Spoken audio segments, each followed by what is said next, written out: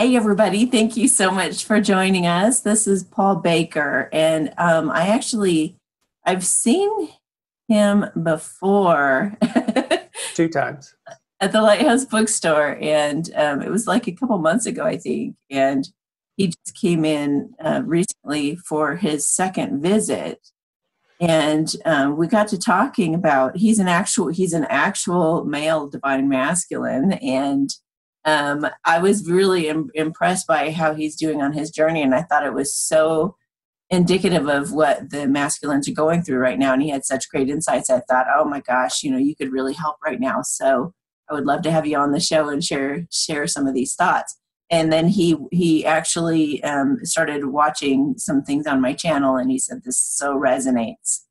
So he's taken down some notes of some insights he's gotten from this and things that he'd like to share with you guys to either learn about what the masculine is going through, or how to get through some of these roadblocks that have been there that they're now cracking through. So why don't you tell us a little bit first about how we met and how that's gone, and then we can get into your notes. Okay. Well, Colorado has always been a special place for me.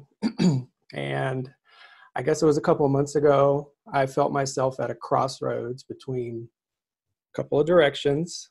And I won't go into that too much, but I can. But I thought, hey, maybe I should seek some guidance from a reading or, psychic reader. Or I'd never done it before, never gone to see someone like you before. So it was a total new experience for me. So that, I guess for the past couple of years, I've been on a journey, but me coming to see you seemed to really trigger quite a few things. And then so being back in Colorado again, I wanted to come see you again and talk about, kind of dig a little deeper with you to see what you see, because I don't really have very many people to talk to in my personal life. I have one or two really great friends that, I sit and talk mysticism with, or kind of the universe. But as a whole, I don't really dig deep into my own personal psyche too much outside of my circle of friends. So coming to see you, this last time that we sat down, I asked you, I said, I'd kind of like to do some past life regression. So I think that's what triggered us sitting here today, right? And I didn't even really think about divine masculine. I didn't think much about that. Now, I have quite a few stories, of course, from my past of how I fought through regrets and fear of failure. And I think intuition is what's gotten me through those periods. Wow. I think,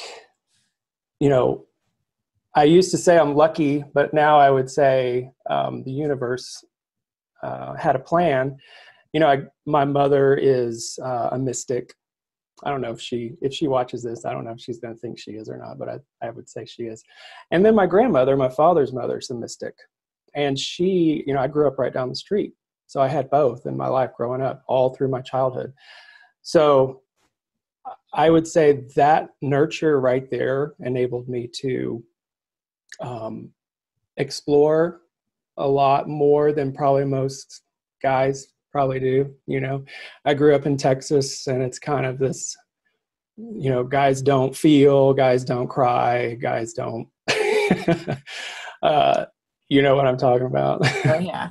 I lived in Texas for a while. That's the one thing that we had in common, you and I.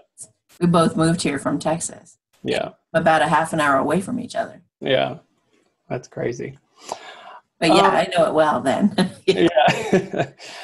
So, I've always had what I feel like the ability to see larger than a lot of people around me. So, and it's been my little secret hiding place, I guess you could say.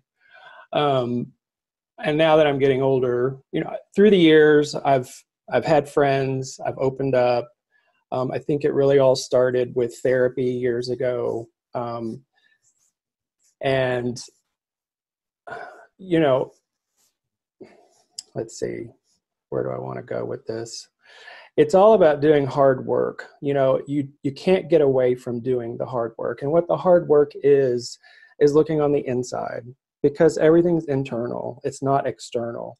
And so the way, especially in the Western or in this country, everybody's so programmed to think that everything's on the outside.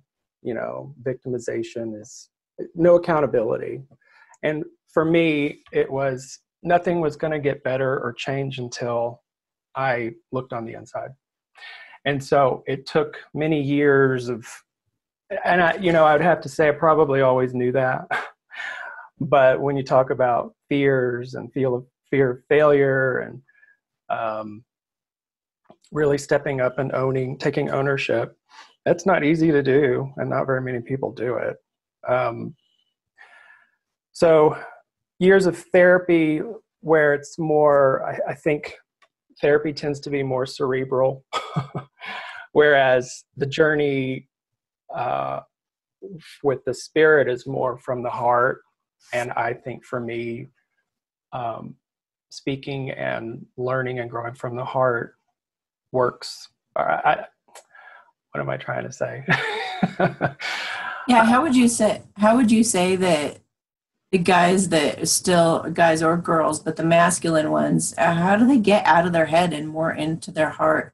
And you said you've used your intuition at those moments of transition. How did you know to trust that, or how did that happen?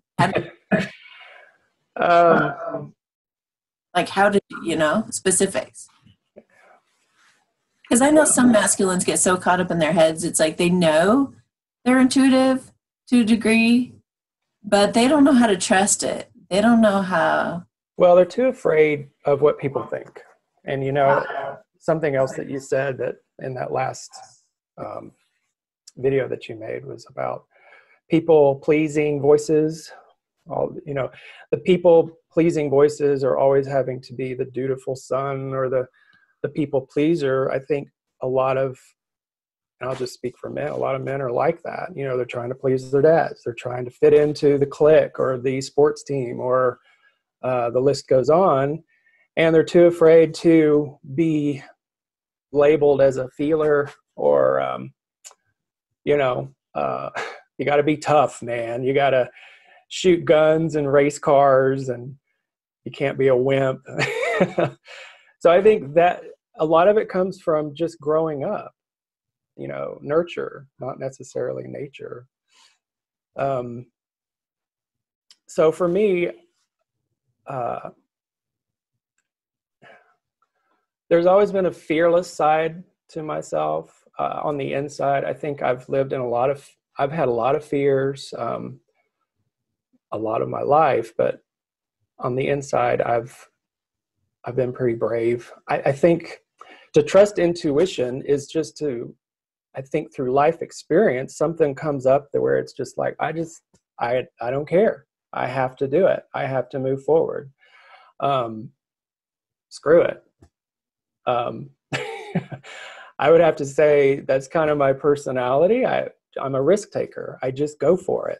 I run to the fear. I didn't always do it. And I think the reason why I was able to start doing it is because I didn't do it. And I got so fed up of not doing it.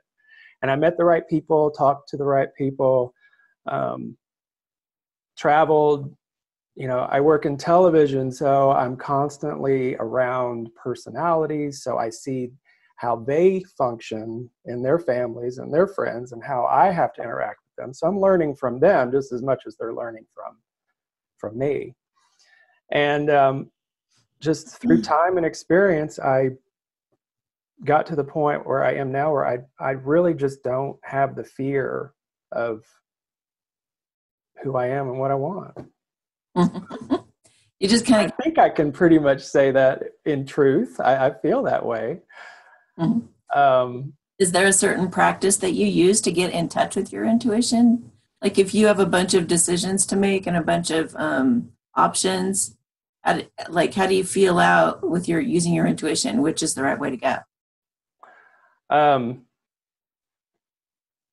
Or is it just more like you feel compelled and you act on it? it is from the gut, I guess you could say. I'm very much a feeler, and everybody would agree with that. um, it's been to my detriment in the past, I guess, in some situations. But um,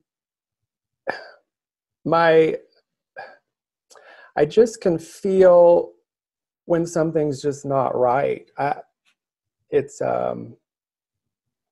it is a gut reaction to things. It is, um, gosh, it's hard for me to explain. Obviously, um, it's a knowing. Okay. It's connected to just kind of a knowing, which I don't know. I guess that really doesn't help. The way I feel that I've gotten to this point is working through fears, and I mean, fear is the biggest thing, and regrets. And the way I worked through regrets was literally, if I was upset with myself about a situation that went down with somebody, whether it be a relationship or a friendship, or I just started seeking people out and apologizing for being a jerk, you know? Wow. And so starting to take those initial Huh. steps of accountability, and Okay. then learning through that where it's not that scary. Because you don't do that usually because you're afraid of the reaction, right? Right. So when you realize that actually the reaction is not going to be anything like you thought, they're going to be, oh, wow, I didn't know you really felt that way, or I forgive you. Everything changes inside, not only for yourself, but for them too. So all this space opens up. Yes. And so the space opens up inside. And when you keep doing those steps, What about fear? Like that's an awesome tool. But what about fear? Like how do you get past that? fear, that's a tricky one for everybody. That's the worst. But um, like if you have a fear of heights, you just got to go ski. Or a fear of elevators, you just got to get in one. But Yeah, I agree. I agree. I've done the same thing. Yeah. fear, I mean, I guess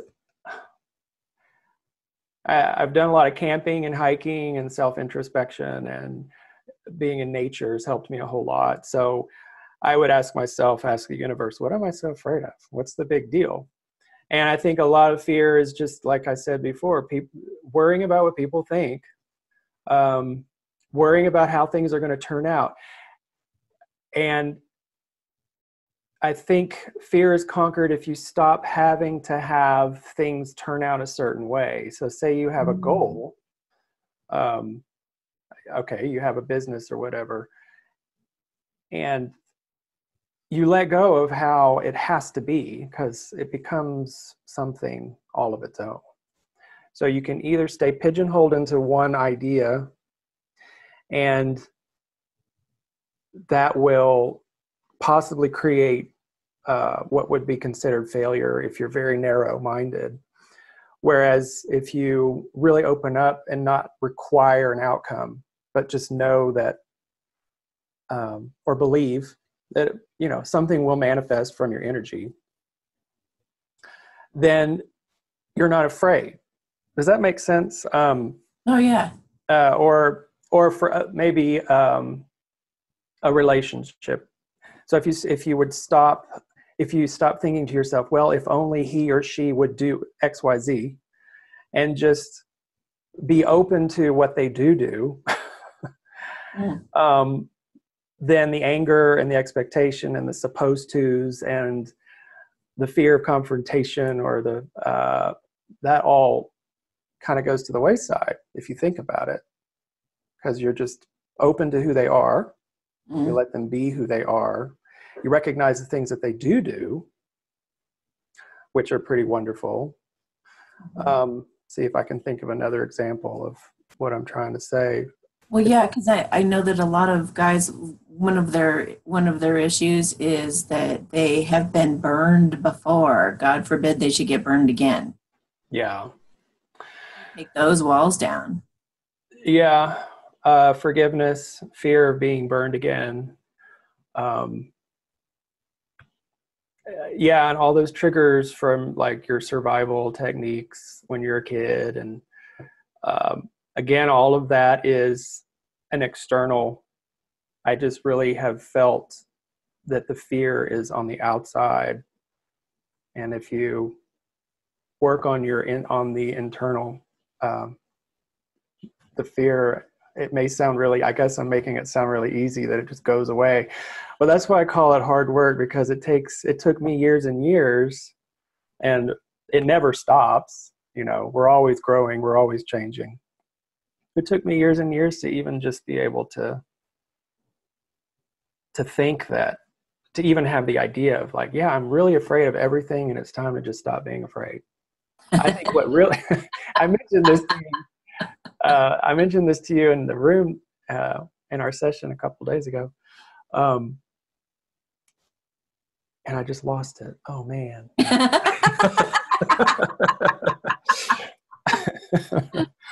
You're right though. It's like it gets easier and easier the more you're willing to look inside. Yeah. And it's so funny because we get so scared of it, but when we finally look, it's so easy. I think it just takes practice. You just laugh. Exactly. You practice being brave, practice being bold, practice doing what you don't want to do or what you're scared to do. Totally. So when you have little successes with people you're afraid of, then it blossoms into larger parts of your life.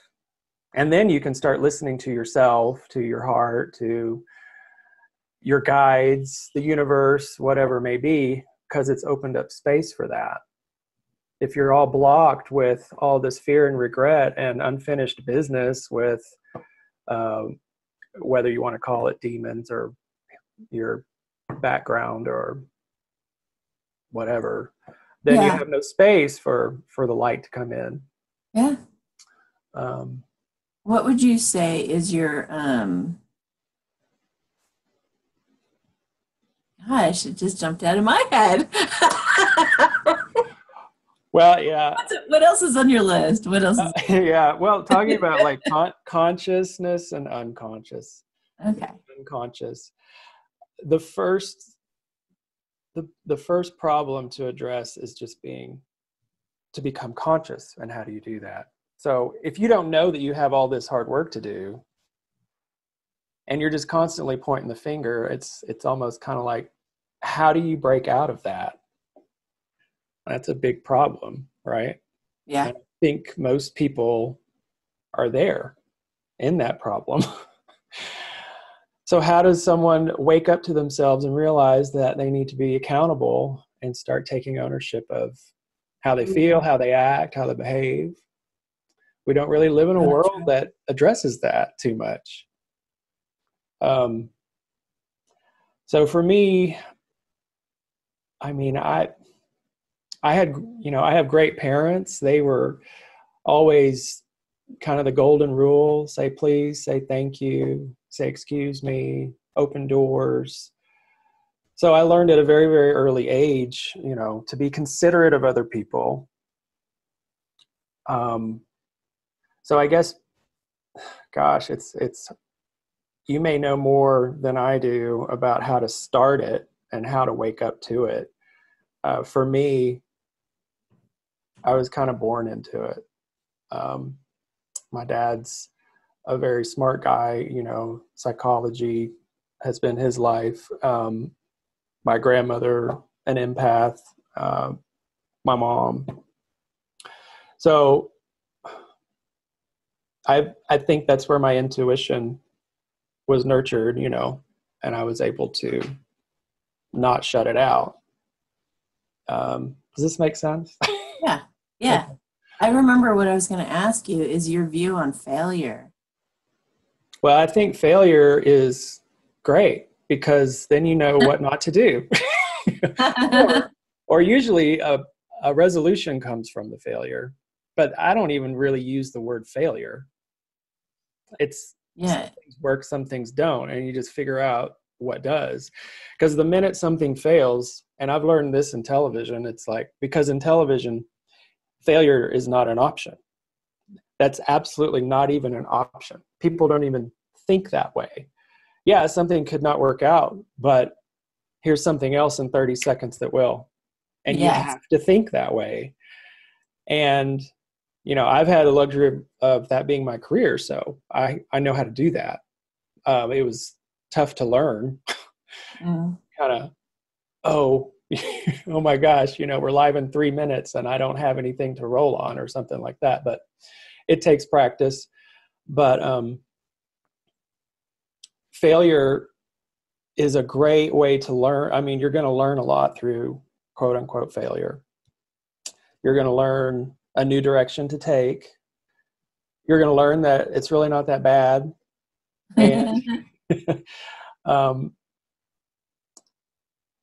and I think there's a lot of growth in failure.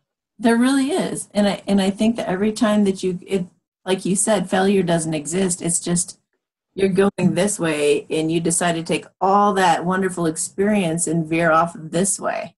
Yeah. Still going forward. You're just going forward wiser, with more experience, with more knowledge, with more wisdom. Right. Just makes failure just keeps making you better and better and better and better and better. And some people feel like because of a past like failure, they need to like do everything different. And it's like, that's not what it's about. It's not about more control. It's about taking the tools that you have and expanding. So like when I was in Texas, my business was going really great and I took off. And so I could have went, oh, well, I failed there, so I better not do this part. I better not do that part. I better not do that. And it's like, no, you take all of that along with you, add on it, and go from there and build even bigger. And so, or to choose to take a totally different route in getting there, or you can just, sometimes the universe just moves you this way because that's a way better way for you and it puts you way more on the fast track. So it may not be that you did anything wrong at all. It's just that sometimes I feel like sometimes the universe will turn up the volume on the heat for you until things fall apart, until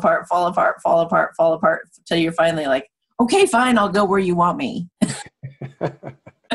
Yeah, I totally agree. Power moments. Yeah, well, fear and failure they seem to me kind of one and the same, two and the same. I mean, and so intuition, fear, and failure, and what you're talking about, they're all intertwined for me. So with practice of facing fears and how to deal with failures, you intuitively learn to trust those directions that you're talking about and to take them and know that, okay, it's okay not to know exactly how that's going to work out, which ties back to what I said earlier about not needing to know a specific outcome. And if you don't need to know the specific outcome, that leaves space open for different possibilities. So it becomes where you don't even consider failure. I mean, failure is not in your consciousness anymore because you're just taking another direction with no need for a specific outcome, but you have a general idea of what you want and you've projected that out into the universe. You know, I'd like this specific, I'd like XYZ to happen, but I don't have to have it happen exactly the way I'm visualizing it. It'll manifest in some form or fashion, and everything always does. And the way you trust your intuition on that is because you've taken the plunge in the past. Everything in my past, I would have to say most things have materialized in some form or fashion. And it's never what I thought it was going to be. and it's never when I wanted it to be. And I may have completely forgotten about it. And then several weeks, years later, I'm seeing it going, oh wow, it's that. But I sure didn't expect it to be this, but that's cool.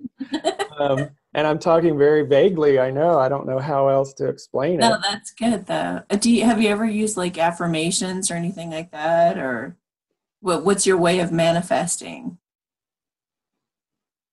Just staying in the flow, listening to your intuition? I visualize in my mind's eye Okay. what I want. I talk about what I want. I say it. Ooh, that's good. You That's speak it. yeah. You tell somebody. Have a fun conversation about it. You know, it's like I wanted to start a clothing line, so I started talking about it with my friends. Mm-hmm. And then 2 years later, I have a small little business. You know, so What about when you have to tell your parents or those people that you used to people please that you're going another direction? How has that worked out for you? um, Or people who weren't supportive. You knew they weren't going to be supportive and they'd give you a hard time. How did you deal with those people, or how did you tell them? And then what happened as a result of you just going and doing it? well, I think I'm known for being so impulsive that it's at the point where they're like, well, that figures, you know. Like they don't even really You remember back when it was like that, though? I think I was harder on myself than Oh, anybody okay. else. Okay. um, And how I've do you deal always with that?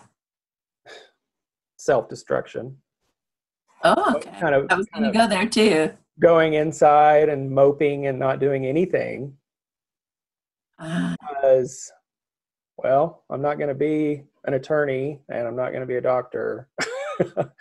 um, you know, all these different things that you're supposed to do. My parents were really cool. You know, they would just do whatever makes you happy. So I didn't grow up with the elders saying you should do this and you have to do that or else you're not going to make it. I never had that. So I would have to say I was probably harder on myself than anybody else, yeah. which came from probably more growing up, like the schools I went to and my friends, and you know, they were all rich and the parents all had a bunch of money. And I think that probably affected me more. You know, I know everybody's story is different. Well, how did you deal with that? Well, for a long time, I tried to live up to it. It's in some strange way. Go to school and major in something that you think everybody else would like instead of what you want to do. I spent a lot of time not really knowing what I wanted to do, you know, except Yeah. I knew I wanted to go have fun, Yeah. and hang out with friends. And what was the question Find again? something that everybody will like. I like it. It's stupid. Not at all. Not at all. I mean, there's so many people do that. They're just like, that's safe. That's a good safe thought. I've always run to what was safe, I think. Yeah. You know, my brother was the one that fought back, and I always retreated. So that's just a personality thing, I guess. But I I would think that's pretty retreat common. to fantasy. You know, I'd always retreat to fantasy. And I do that still now, which serves me well in my career. I mean, it's by no accident that I would be in TV because it's all fantasy. Hmm. So it works, but in that aspect. Right. Um, but you'd said something in your last video that moving away from career, you know, a lot of people are so stuck in the career mind, and if you don't make it and you're not a millionaire, you're a loser, and you might as well just go jump off a cliff or something, you know, Yeah. Yeah. which is a huge problem. Well, I forgot where I was going to go with that, but Yeah, there is just I kind of stopped. I just don't feel that way. You just stopped. Let me think about Forget, that for a second. forget this work pressure crap. I'm out. Well, I mean, I'm not married and I don't have kids and I'm just taking care of myself. And so I've lived a pretty nomadic life, especially the last 10 years. And television, you get to do that. And nobody punishes you for it or teases you for it. You know, you're not weird. You're just, oh, you're a TV producer. So yeah, it makes sense. You have to go live in different places all the time because the show runs 6 months. It's like the circus, you know, the circus is in town is what TV shows are now. So nobody has made fun of me. Right. Like what you were saying, you know, how did I deal with people or my family and friends criticizing my choices? It hasn't happened with this. It hasn't really happened. I'm trying to think like, I just don't know how far back I should go. Well, you know, because I know that a lot of the masculines that are watching this, they are going through, they're about to, or they're starting to tell their family and friends, you know, I'm in the wrong line of work, even though you guys really like it and you guys have wanted me to make this work. I really am not feeling it anymore. And I want to take this other direction, or I want to move to another town, or I want to, you know, do something pretty dramatically different. So I know I'm about to face that moment. So that moment, I would say if you have a family with kids, I'd say the biggest question they'll probably ask is, well, do you have a plan, you know, to take care of everybody? I think that tends to be the biggest worry. If you're single,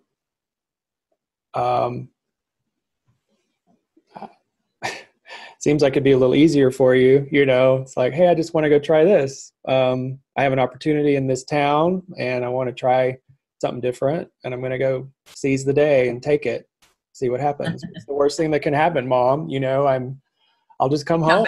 I'll just come home to the same thing I've been doing, but I really feel like I should go try this, you know? And it gets back to the people pleasing thing. You know, if you have to please your family and friends with your job and you've made your job title who you are, as far as you identify yourself as, you know, I'm a dentist or a doctor or an accountant, and you're not, then that's just not something you do, because our jobs are not who we are. It's something that we do. Now we do project ourselves through our work. I mean, our work is a part of us if we have made a good choice and followed a passion. You know, there can be very shamanistic qualities to doctors, you know, and you would, if that's your calling, then that would be a really great line of work. So you're not going to be miserable in your job or anything like that. So I'm going off on a tangent, but my point is to not identify who you are by what you do as a career. You know, you're you first and foremost, and you can lose everything and it'll be okay because you can get everything back. So it's that grounding first. I guess that would have to happen. What if they feel guilty or ashamed of doing what they want because they feel it's selfish? Well, I would want to know who's calling me selfish. Is it me calling me selfish, or is it someone in my life calling me selfish? And if it's someone in my life calling me selfish, then I would have to think about who they are to me and what I am to them. Like, what kind of friendship or relationship is it? Is it a 50-50 relationship? Are you both in it together? Or is there a lot of codependency? So if there's a whole lot of codependency, then someone's going to think it's selfish for the other person to want to do something different, I guess. That's so true. Or you could approach it with, hey, let's do this together. Okay, I want to do this change. And I know it's not really, maybe you don't understand, but I feel it, in the depths of my being that I have to do this. Can we give it a shot? Can you go with me? Can we do it together? Approach it from a let's do it together standpoint. If we're talking about going to a partner, I guess, with this radical idea of change. Because I know some people, they just go to their partner or friends or whatever, and they say, I'm going to go do this, and that's that. And you have to go. That's not going to work. Yeah, how can it be good for the other person too? Thinking of the other person's benefit as well. Yeah. I mean, I would assume that relationships would work that way, but I would bet it probably is not true. I'm sure. And so, yeah, you would stand up in anger and go, well, that's really selfish for you to come to me and say that, like, what about how that affects me? I don't know. Maybe I'm just very selfish and I don't really care what people think about me. I do care what people think about me, but I kind of feel like there's, I think when you love yourself, I think when you take care of yourself, then you end up being happy and you end up naturally giving way more to a particular situation or circumstance than you would have if you were stuck back in the old situation. If you break free and do what you really want, you're going to be inspiring everybody around you, and you're going to be making more money, and you're going to be happier, and you're going to be like, everything is going to get boosted because you're actually happy. But this isn't like talking about like, well, I mean, if it truly makes you happy, I'm not talking about like destructive happy, if you know what I mean. Yeah. There's that too. That's kind of selfish. If you're just like, screw everybody, I'm just going to go party and ruin my life. That's different. Yeah. Like if you're truly pursuing your passion and you feel like that's going to be something fulfilling and something that's going to really make you happy, then go after it. It's going to help everybody. I agree. And I think if I'm sorry. Things tend to just really come together really easily too for you. I feel like when you follow those things that inspire and excite you, everything just kind of comes together really nicely too. Yeah, I think you nailed it. I mean, if you love yourself and you're confident in yourself and you're not afraid, then people calling you selfish, either they're not going to because they can see that energy in you on some level that you're excited, and they're going to intuitively know in that moment that, well, wow, this is probably the most excited I've seen this person, so maybe this is the right thing they should do. And they're not going to sit there and punish you for it or criticize you for it.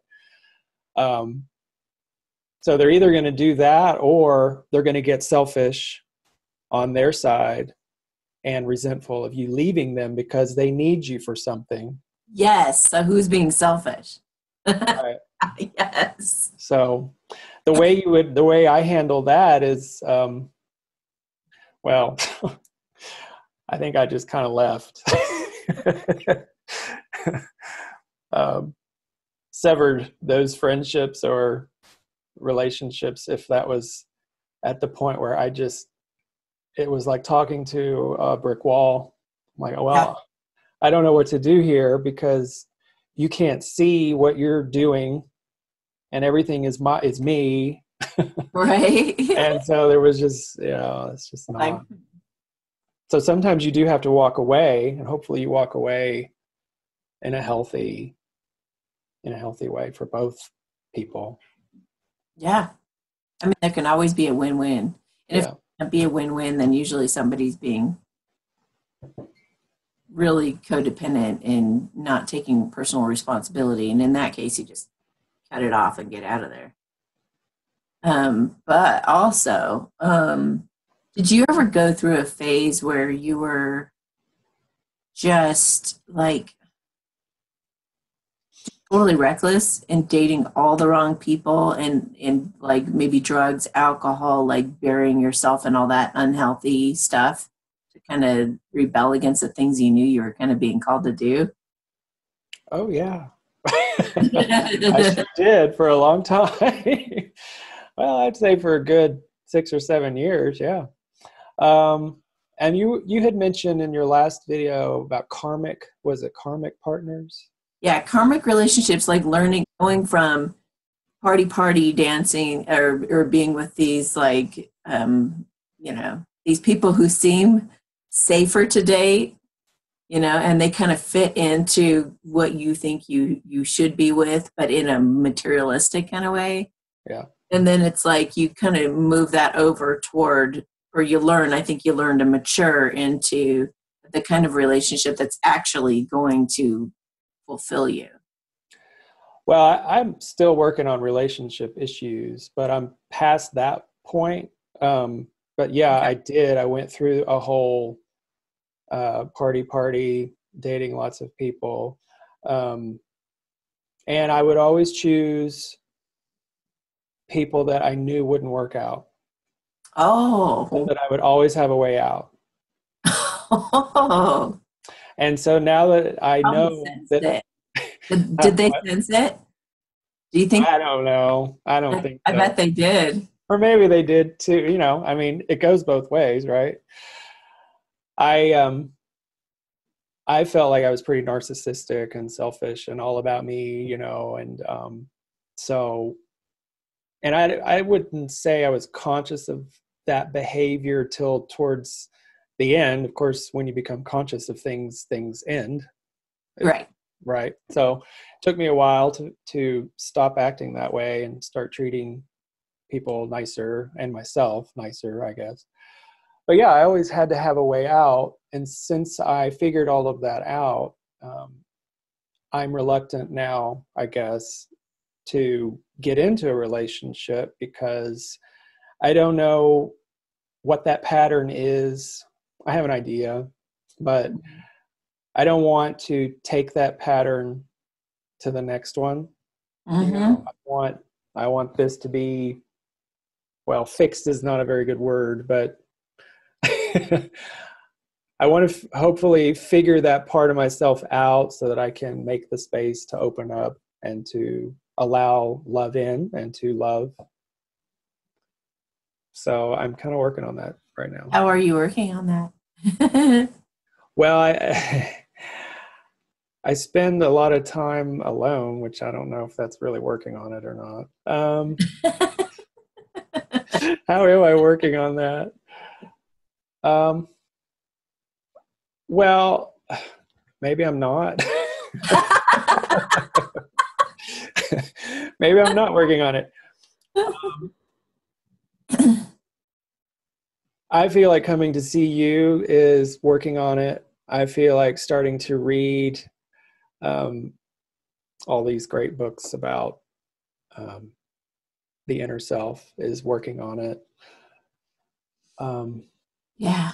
Just kind of speaking to the universe, and taking, it's that fear. You take little steps, you get comfortable, you see that it's not that bad. I'm dating, I go on, I date quite a bit, but I'm real, like I'm genuine. I feel like I'm genuine. I feel like I'm genuine. I'm not putting on airs or acting like somebody I'm not, but on the other side, I'm just, kind of maybe just a little bit skeptical and jaded kind of thing. A little bit. Okay. But I know what it all is. I mean, it has nothing to do with them. It's just this same pattern, the same thing. Trust, I guess it's trust. Yeah. It's not so much getting burned. I don't think my story has so much to do with being burned as it does just trust and betrayal. Yeah. I'm kind of addicted to betrayal. That's a pattern for me. I will pick something, or I will pick someone or something that will betray me. And that's my exit, my victimization exit. Okay. So yeah, so karmics will keep bringing that stuff up for you, and so will your true love. But when you meet, if you haven't yet, when you meet that person, there's going to be a sense of all your walls dropping, at least right away. Like, first off, when you meet them, it's going to be like all the walls are gone, and you maybe even meet yourself for the first time. You feel like a little kid again. You feel like giddy and excited and really playful. And then that kind of scares you. And then you pull back like, oh my gosh, what did I just do? I just was totally myself. And then you usually run away from that person. And then eventually you compare like all these people to her. And she's always in the back of your mind as the most like emotionally mature one. And I think that that's like the telltale sign, is the one that you can keep coming back to time and time again, that just unconditionally loves you. And it doesn't matter what you bring to the table or what you're saying or how you're acting or what you have to tell them. They're going to, initially in the first little bit, it's a little bit shaky, but you start to see that you can depend on them and trust them. It takes time. It takes communication. So it is important that the masculines reach out and kind of dip their toe in the water at least and get a feel for what it is to open up to that person. Mm-hmm. Scared of. Yeah, they'll be real scared. You'll be real scared even of that person. You'll want to, hide a little bit. Usually, soulmate relationships are different. Soulmates are like so easy. They're like, the minute you meet them, it's like so soothing and so easy, and like nothing goes wrong. But you have to be, pretty advanced, I think, to find your soulmate. So most of the divine feminines are the ones finding their soulmates, and it's kind of this weird thing. But if I were to look for someone at your stage in the game, I would look for that person that I had that nostalgic connection with, that I couldn't I couldn't get her off my mind, or I saw a lot of signs and synchronicities, and maybe I was afraid to talk to her. And I would talk to her and just fill that out and see how that is. You almost have to, when it comes to twin flames, you almost have to like mature into it. Mm-hmm. It kind of evolves through time to where you both have the capability of coming to the table like equal partners. See, it's not like the masculines they're always going to be like a little bit, especially when they're not together yet, they're always going to be a little bit behind emotionally. But once they're in relationship, sometimes they even like surpass and evolve past the feminine. I mean, they're fantastic, but so there's always going to be that. And some of the masculines feel like, oh, I have to be perfect in order to be with that partner. I have to have all my stuff together, all my ducks in a row, all my, everything perfect. And I have to have my heart healed, and I have to all of that. But it's not true. And your divine feminine is actually there to help you heal your heart. And yeah, she'll trigger you. Actually, it's not her triggering you, but you'll get triggered by her. These things will kind of look like they're, say you start dating her, and then you say, oh, here comes the betrayal again. Here comes that issue again, right? Whatever the issue is. Then you'll have a talk with her about it, and you'll say, I kind of feel like my pattern's repeating a little bit here. I feel like, are you betraying me? And all of a sudden she'll be like, what? You thought you were being betrayed there? Wow. Like wow. And then it'll strike them, and then they'll want to help you with that. They'll say, no, that was not, this, and it's not how it looked. It's this and that. So this divine partner is actually going to heal those wounds and be mature enough to help you address those things head on and in a very mature and supportive way. That's the difference. The karmics you learn lessons from, you guys beat each other up pretty good, and then you're done and you walk away and you're like, wow, I learned how to communicate. Wow, I learned how to not, do this or that. But when it comes to like true love, it's just like always unfolding more and more, and like better and better and better. Mm-hmm. And if they can't take personal responsibility, they go into separation. And if they go into separation for a while, by the time they come back together, they're like much more mature as well. So it's really, you're designed to be so attracted to that person for a reason.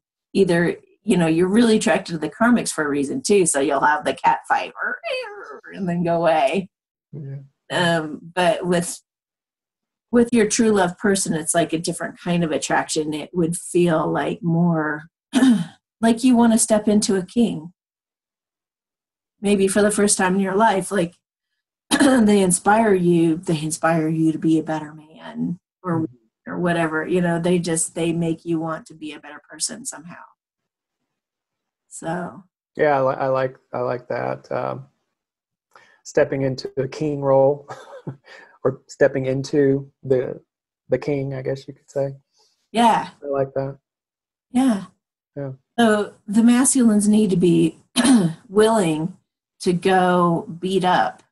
They're not going to be perfect when they approach her, but they need to be willing to just try to talk, try to communicate, try to go out with them, try to hang out with them, try to share their heart.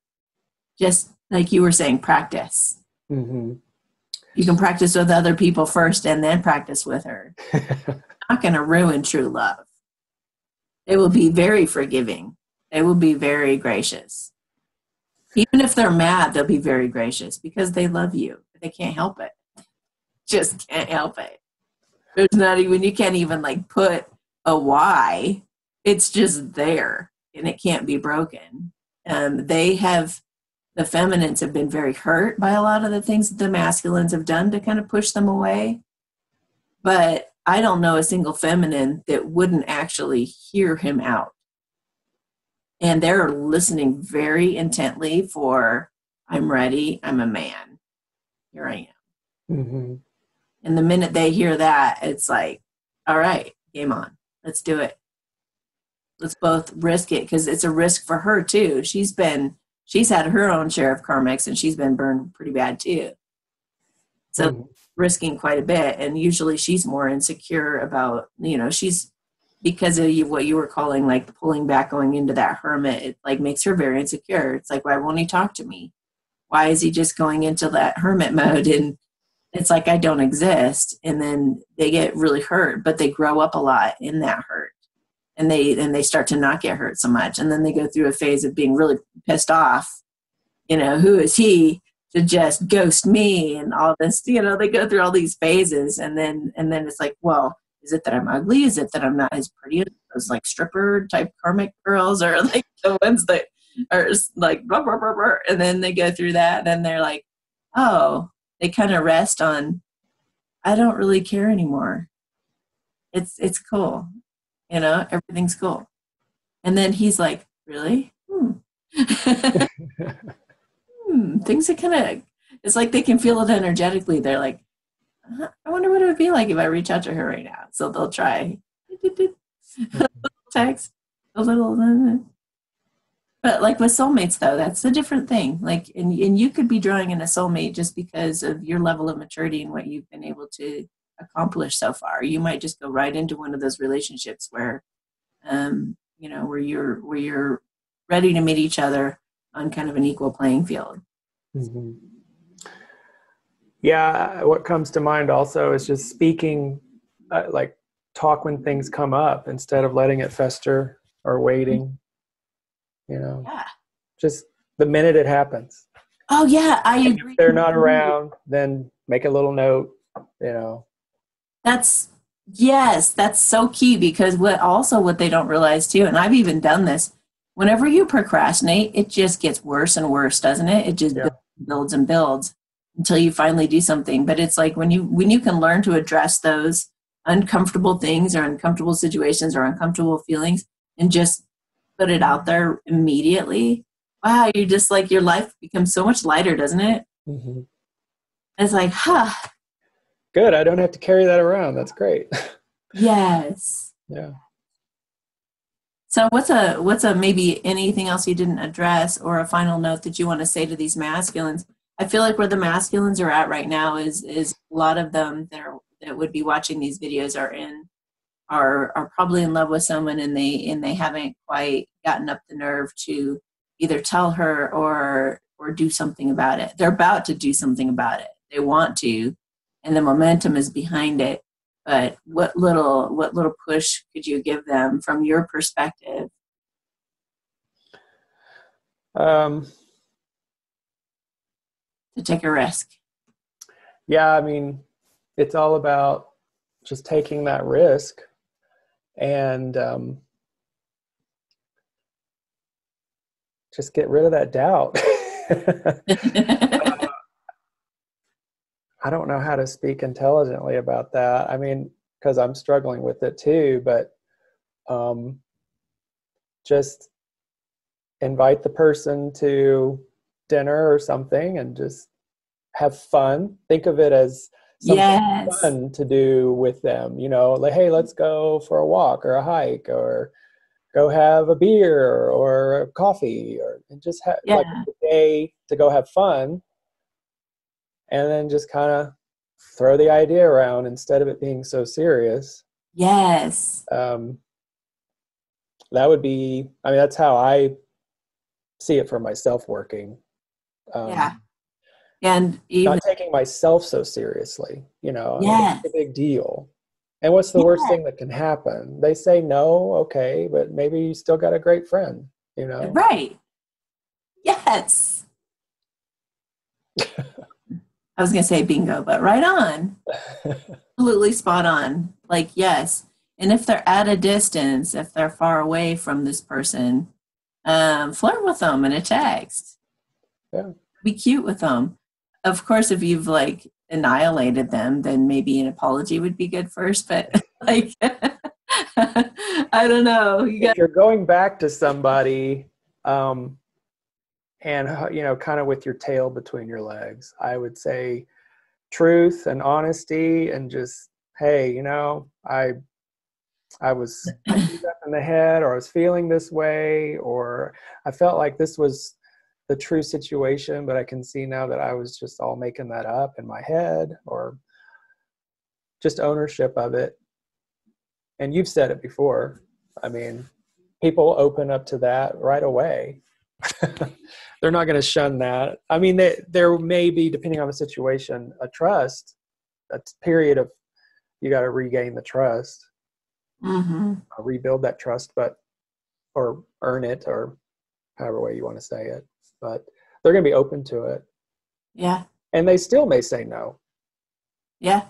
But that was work and practice that you needed to do for the next time. Yeah. And nothing is lost. You know, you're always building and growing and learning with every experience. It's that failure thing.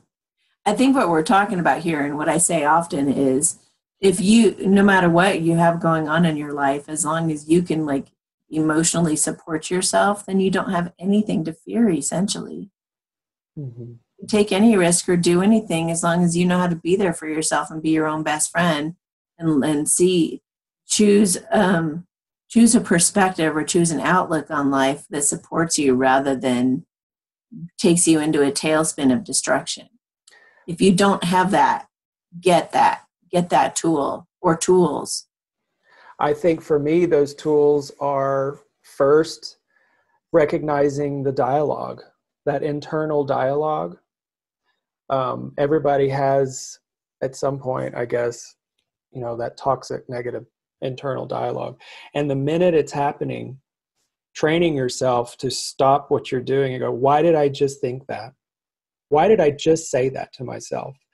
Who am I mimicking, or what story am I believing or giving into?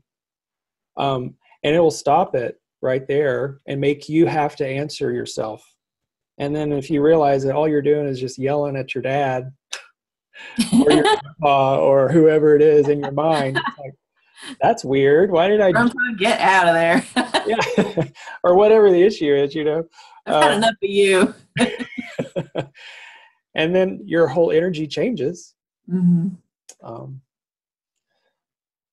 So absolutely, the internal dialogue is a big part of getting to, for me, that level of what you just said. If you don't have that, how did you just put that? You got to have a safety net, like an The safety net. something you can fall back on where you know that no matter what, you're not going to fall off a cliff and actually die. And I think a lot of people probably don't know how do you do that part, you know? And for me, what I'm saying is that part is the internal dialogue and looking at where all of that dialogue's coming from the inside. Because when you can quiet that negativity and quiet all of that self-loathing or fear, then kind of back to the same thing I keep saying, you're lifted, you're lighter. Yeah. So that would be the safe place. Yes. Yeah. 100%. Okay. And I do, for those masculines who are watching this, who are just like, I don't have a clue as to tools, I have a great resources page. If you go to amysatori.com and click on the resources tab, there's lots of great videos and things to watch and things to be introduced to. Great books are listed there. There's also a blog on my website called Support for the Divine Masculine. And I just made a video. Did you watch the video that I just made? I just made a video yesterday before the podcast, and it was support for the divine masculines at this time. So I watched it. Oh, you did? What do you think of that one? I liked it. I liked it a lot. Okay, good. Would you add anything to that, or did anything come up where you were just like, well, I would expand on this point, or this was right on? Either of those two things? Both. I wish I should have made some notes. I watched it this morning. Well, if you would make comments down below the video. Yeah, I'll do that. Get into a discussion about it. That would be awesome. Okay. So, all right. Well, I guess we're good for today. Thank you so much for coming on here, and thank you so much for your honesty and your authenticity. It's beautiful. Thanks for having me on. I really enjoy it. I think this is really gonna help a lot of guys or girls out that are in their masculine energy. And so, all right. Well, I guess we'll catch you next time, you guys. Thanks for watching. Bye.